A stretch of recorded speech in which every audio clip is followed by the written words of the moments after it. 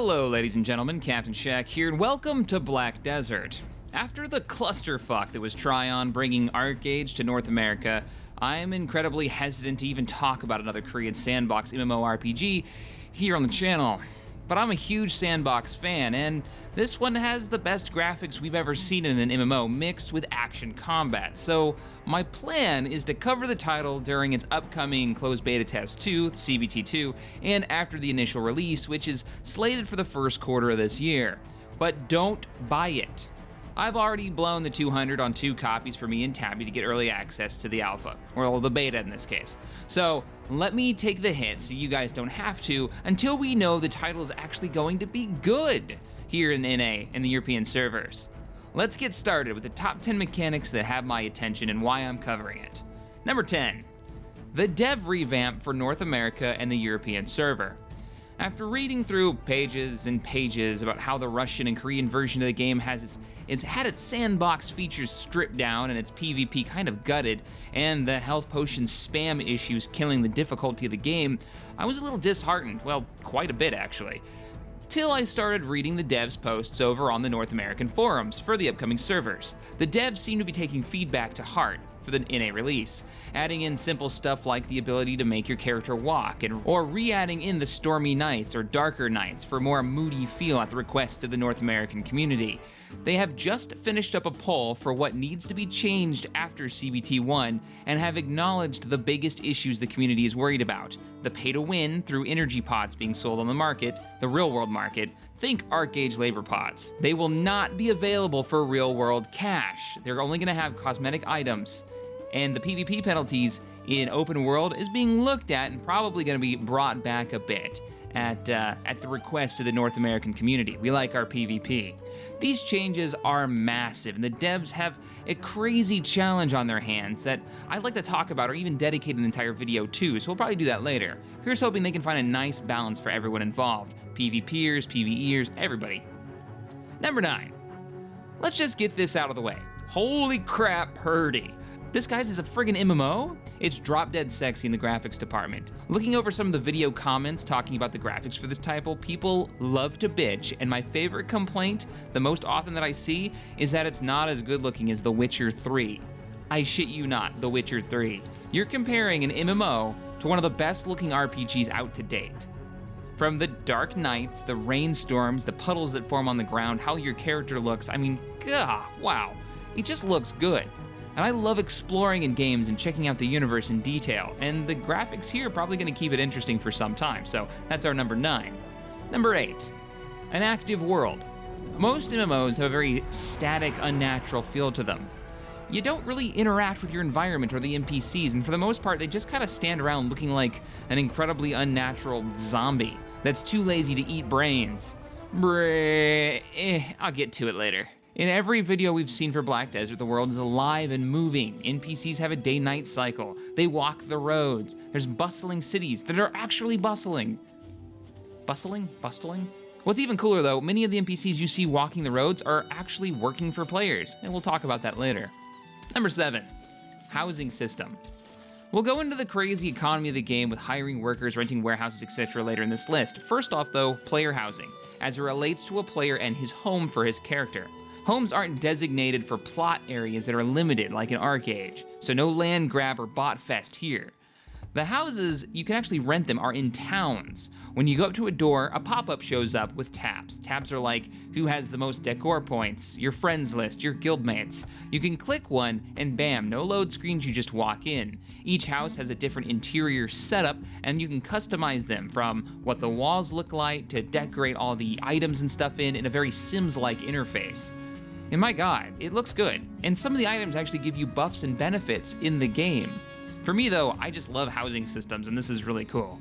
Now bear in mind, there are no loading screens in Black Desert. Once you're in the game, you can run from one point on the map to the other and you're there, including the housing system. Taming horses. This is a feature Tabby's really excited for. She always loves the pet animal related mechanics. In Black Desert, you can actually tame a variety of horses through a mini game. You can level them up and you can unlock new random skills. You can even breed them to get new and more impressive horses. And then you can sell those horses on a player market, a horse trader market. So yeah, horse taming, it's a thing. AFK is okay. People AFK in MMOs. It's a fact of life. You can't stop it.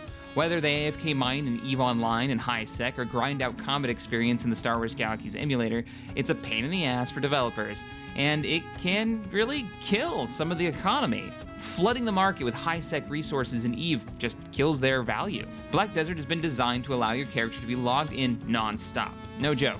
Stuff like fishing has an AFK mode that doesn't produce as much as, say, actually playing the minigame, but it's there for when you're at work or sleeping or whatever. You can even set up paths for your character to walk to gain in strength just by doing loops. There are no server timeouts, and it's an interesting setup. Number 4, nodes and workers. Now, I'm gonna warn you, this is a really complex system that could have its own entire video. Basically, you can invest a limited number of resources. You can use these resources to open up these nodes and connect them in a line. Having a node connected between, say, a lumber mill in your home city allows you to hire workers that will actually go out and harvest trees for you while you're out adventuring. Or you could just go chop them yourselves, or even go out and chop trees with your workers to get even more resources. Now, this is just a single example of the worker node system. Trust me, it's a crazy deep mechanic that touches on the majority of the game, from crafting your gear and equipment, to building boats and carriages, to moving trade goods, and the drop rates of stuff in the wild. All this ties into this node system and connecting your resource points, setting up trade routes. It's pretty impressive. Speaking of trade, the game does have a pseudo-trade system kind of like ArchAge, where you can get these backpacks, you can get a donkey that lets you carry stuff faster, you can even load stuff up into a cart. One guy I was watching a YouTube video of actually took his cart out, went out, killed a bunch of stuff, collected a certain resource that he could turn into a trade pack, loaded it up into his cart, and then drove the cart from one point to another. They've even got bandits that'll sit on the road and ambush you so you can't AFK the trade routes. It's a really neat setup. I'm hoping they tie this into PvP somehow. In the Korean version, it doesn't have a system like ArchAge where you drop the pack if you're attacked. And I think for Guild Wars, it would be really, really cool. Anyways, number 2. And there's gonna be 2 twos because they tie in together, okay, so this is like a top 11, I lied. Guild stuff. Guilds are a normal MMO trope, right? You get some people together, you find the right NPC and drop your gold, ISK, energy, souls of the damned, puppies, dollars, silver, whatever the money is, and then you pick a name. Few MMOs bother going any deeper than that system. In Black Desert, all mechanics seem to have a hidden bit of depth to them.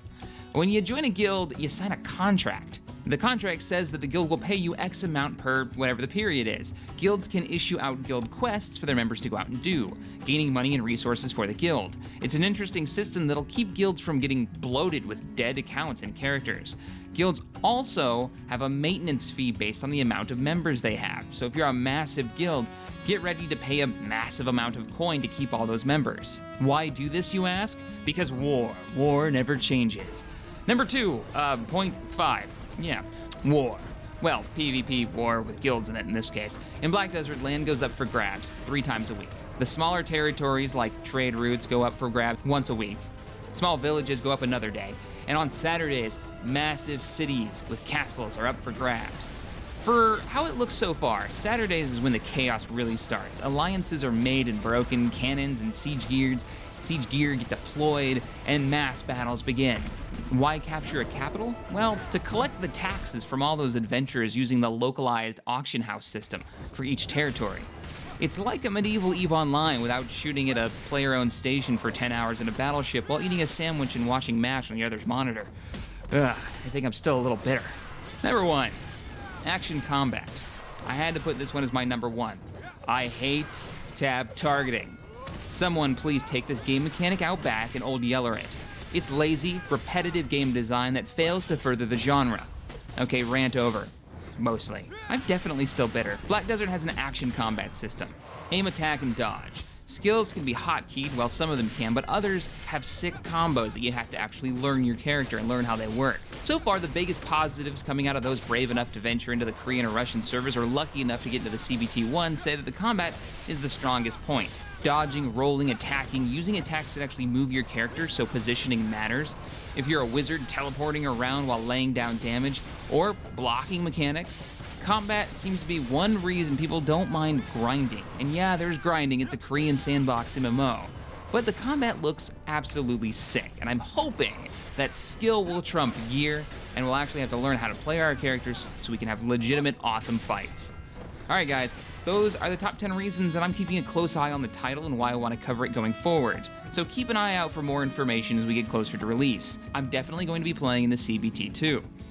Alright guys, if you enjoyed this video, hit that thumbs up button, subscribe to the channel. Let me know what mechanic, because there's so many in Black Desert that I didn't talk about here. I mean, a lot of them. Let me know what your favorite is in the comments below. I'd love to read it and see what you guys say, kind of see where the community stands. I love side grade mechanics. I love the sandbox mechanics, like the trading mechanics, the sailing mechanics, the hunting of the whales in the ocean and the monsters and all that kind of stuff, the big world bosses. Those are the mechanics that I really enjoy. Actually try them out with an action combat system. Alright guys, I will see you in the next video. Have a fantastic and wonderful day. I'm gonna drink my coffee. Ah, it's good coffee.